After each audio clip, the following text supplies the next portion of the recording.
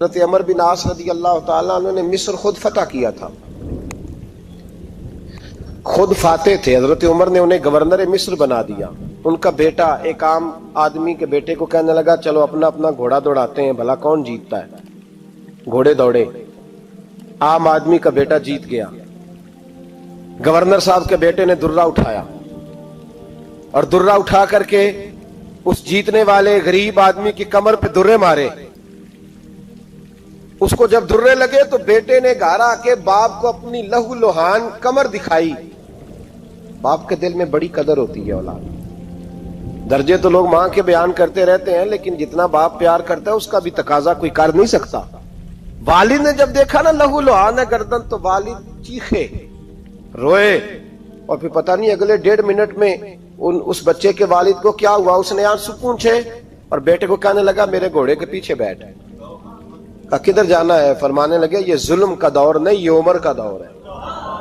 ہاں ایسی بات ہے کوئی جو مرضی کر جائے؟ بیٹھ میرے گھوڑے پہ۔ آدھی رات کے وقت پہنچے مدینے، اور باہر جا کے وہ آدمی پکارنے لگے، کہنے لگے عمر باہر آؤ، نکلو خوابگاہ سے۔ جب غریبوں پہ ظلم ہو تو پھر حکمرانوں کو سونے کی اجازت نہیں ہوا کرتی۔ باہر آؤ۔ فاروق اعظم آدھی رات کو اٹھ کے آئے، کیا ہوا؟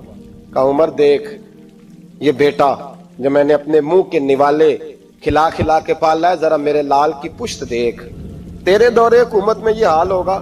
حضرت فاروق اعظم نے کہا جاؤ بلا کے لاؤ فاتح مصر کو۔ حضرت عمر بن عاص بیٹے سمیت آئے۔ جناب فاروق اعظم فرمانے لگے مجمع میں کھڑا کر کے، فرمایا کیوں مارا تو نے اس کو؟ گردن جھک گئی۔ فرمایا تو گورنر کا بیٹا تھا اس لیے مارا ہے؟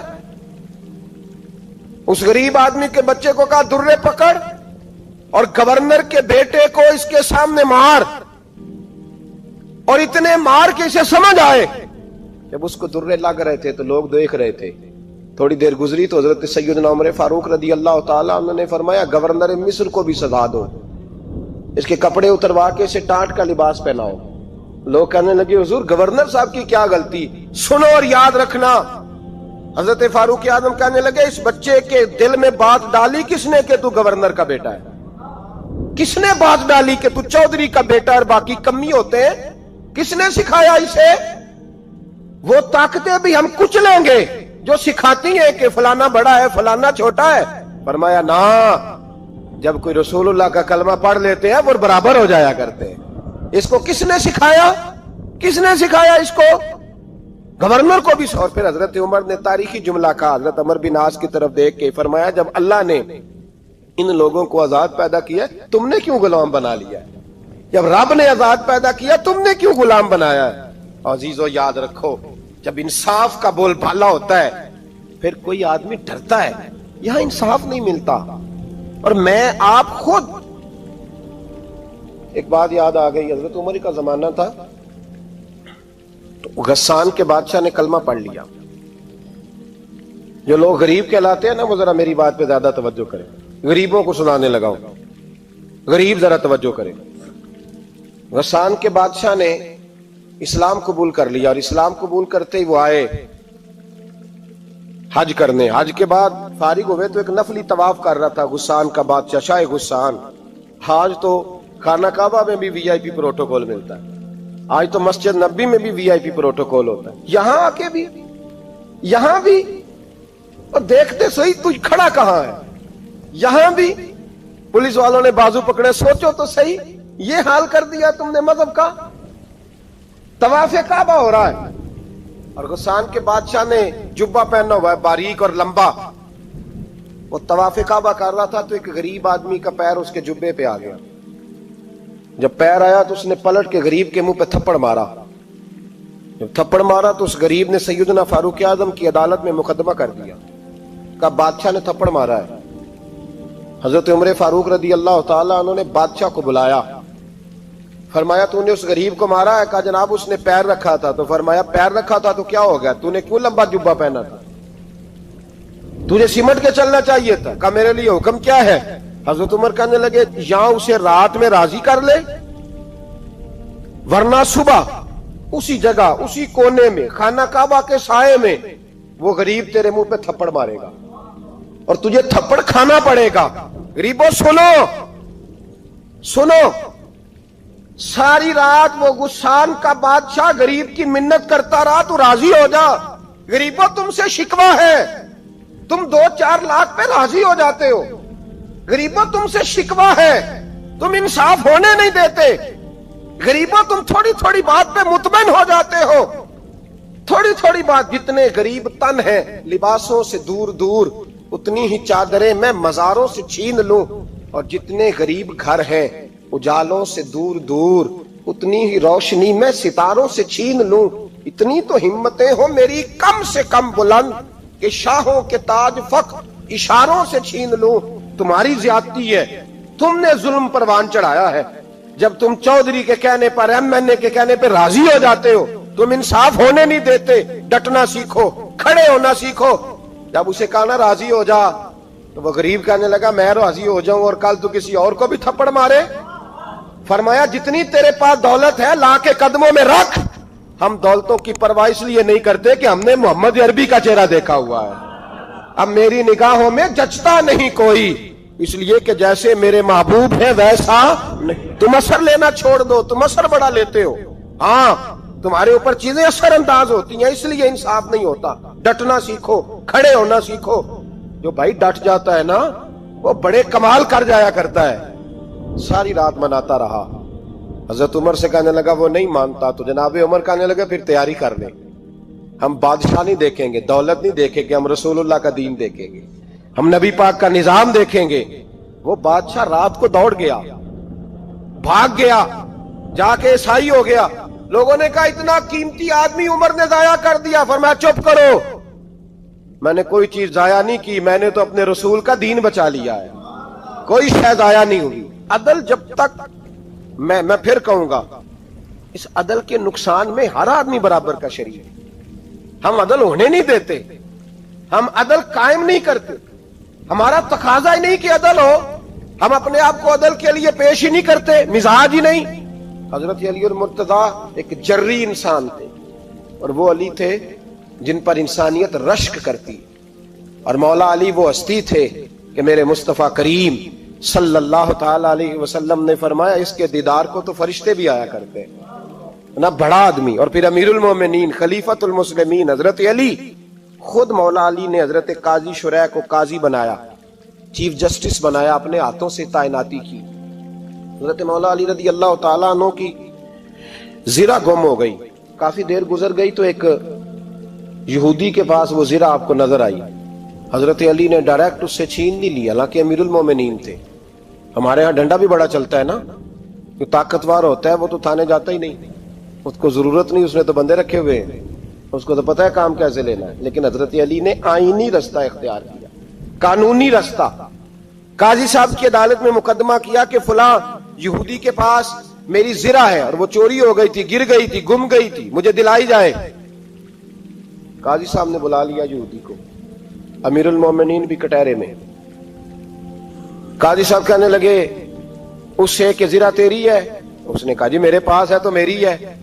قاضی صاحب کہنے لگے حضرت علی سے گواہ آپ کو دینے پڑیں گے کیونکہ مقدمہ آپ نے کیا ہے، اگرچہ وہ امیر المومنین ہے۔ سمجھ جو ہے بھائیوں کی، سمجھ آ رہی ہے باتوں کی؟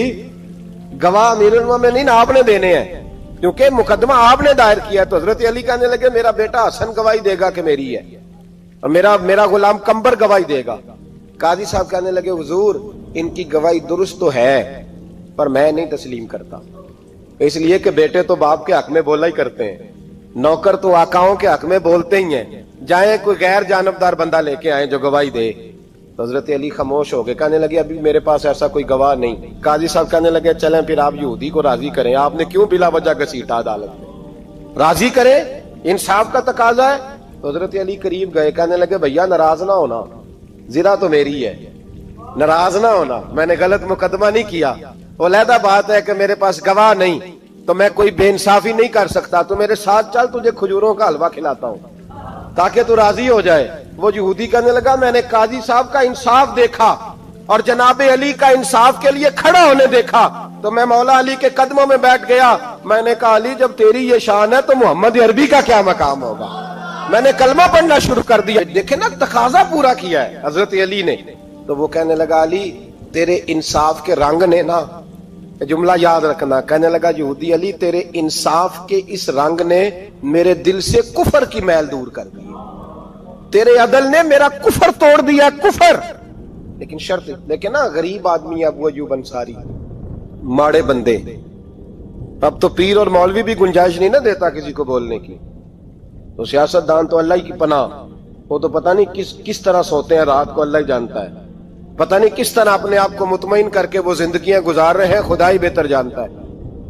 حضرت عمر فاروق جیسا دلیر اور جرری آدمی جمعہ پڑھانے مسجد میں داخل ہوئے تو جناب ابو ایوب انصاری دروازے پہ کھڑے ہو گئے. کہنے لگے عمر تیرے نوکر نہیں, ٹائم پہ آیا کر, بڑی دیر سے کھڑے ہیں. کیوں دیر سے آیا؟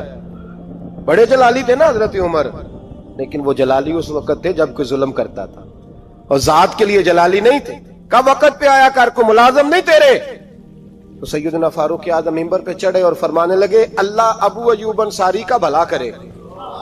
جب تک اس طرح کے لوگ موجود ہیں کوئی بادشاہ بگڑے گا نہیں. اللہ اس کا بھلا کرے, اس نے میری توجہ صحیح. اور پھر عمر رو پڑے, رو کے فرمانے لگے مسلمانوں معاف کر دو, غلطی کوئی نہیں, میرے پاس کرتا ایک ہی ہے, اور عبداللہ کی ماں نے وہ دھو کے خشک ہونے کو ڈال دیا تھا, غریب ہوں, کرتا دوسرا کوئی نہیں, تو وہ ذرا نا خشک ہونے میں آ کے دیکھ لو, ابھی بھی گیلا ہے, مجھے معاف کر دو, میری غلطی نہیں ہے. صحابہ درد کے ساتھ رونے لگے اور کہنے لگے اللہ اس طرح کے حکمران ہمیشہ عطا کرتا رہتا. میرے بھائی تو انصاف کا رنگ تو دے, ان تقاضوں کو سمجھنا. یہاں کسی کی جرت ہے بول سکے, طاقت ہے کسی کی, لیکن انہوں نے اپنے آپ کو پیش کیا, سامنے پیش کیا اپنے آپ لوگوں کے سامنے. دو مال غنیمت کی چادریں بانٹ رہی ہیں, سب کو ایک ایک ملی ہے. فاروق اعظم جمعہ پڑھانے آئے تو اسی چادر کا کرتا, اسی کی تامت. لوگ کھڑے ہو گئے, عمر بتا تو نے دو کیوں لی؟ یہ انصاف ہے, یہ عدل ہے, کیوں لی دو؟ حضرت عمر کہنے لگے میرا بیٹا جواب دے گا. عبداللہ بن عمر بولے, کہنے لگے ابا جی کے کپڑے بڑے پرانے ہو گئے تھے, میں نے اپنے حصے کی بھی اپنے ابا جی کو دے دی ہے. دیکھیں نا یہ انصاف میرے نبی پاک نے کیا ہے, صحابہ نے سیکھا ہے. میں اور آپ تیار نہیں, ہم تیار نہیں انصاف کے لیے, ہمارا مزاج نہیں انصاف کا. ہمیں خود بہت سارا آگے پیش ہو کے رنگ دکھانا پڑے گا, اس کے لیے ہماری تیاری نہیں. اس لیے ہم حکمرانوں کو گالی دے کے چپ کر جاتے ہیں, اس لیے ہم وکیلوں کے کہتے ہیں بکتے بڑا ہیں, جج بکتے, یہ باتیں کر کے ہم خاموش ہیں. ہم پیش نہیں کر پا رہے, ابھی تک ہم اپنے آپ کو کھڑا نہیں کر پا رہے کہ ہم سے مطالبہ کرو انصاف کا, کھڑا نہیں. حضرت سیدنا علی المرتضی شیر خدا رضی اللہ تعالیٰ عنہ فرماتے ہیں بدر کے لیے جب جا رہے تھے تو سواری ایک تھی, سوار تین تھے. ایک سواری اور سوار تین. فرماتے ہیں نبی پاک صلی اللہ علیہ وسلم نے فرمایا تین کٹھے نہ بیٹھنا, دو بیٹھے, سواریوں کو تکلیف ہوتی ہے. قربان جاؤں, کیسا رسول دیا ہے جو جانوروں کے حقوق کا بھی خیال فرماتے ہیں صلی اللہ علیہ وسلم. فرمایا دو بیٹھے. حضرت علی کہتے ہیں پہلے میں اور نبی پاک صلی اللہ علیہ وسلم بیٹھے, اور تیسرے ہمارے ساتھ ابو درداء رضی اللہ تعالیٰ عنہ. فرماتے ہیں جا رہے تھے بدر کے لیے, پہلے میں اور حضور بیٹھے, پھر نبی پاک اور ابو درداء بیٹھے. فرماتے ہیں پھر نمبر لگ گیا میرا اور ابو درداء کا, اور مصطفیٰ نے گھوڑے کی لگام تھامی تو حضرت ابو درداء تڑپ اٹھے, کہنے لگے علی نہ طبیعت مانتی ہے, نہ ادب مانتا ہے, نہ عشق مانتا ہے, تو اس طرح کر, میں تو چھوٹا ہوں, آپ کہیے رسول پاک سے, آپ ہر لحاظ سے بڑے ہیں, آپ عرض کیجئے کہ حضور نہ ادب مانتا ہے, نہ عشق مانتا ہے, نہ پیار مانتا ہے, نہ تقاضا ہے, مہربانی کرے آ جائیں. حضرت علی ہاتھ باندھ کے عرض کرنے لگے محبوبہ ٹھیک ہے, باری آپ کی پیدل چلنے کی ہے, پر مہربانی کریں, ادب پیار اور محبت مجبور کر رہی ہے. تو حضور نے فرمایا علی چپ کر, میں عدل نہیں کروں گا تو لوگ عدل سیکھیں گے کیسے؟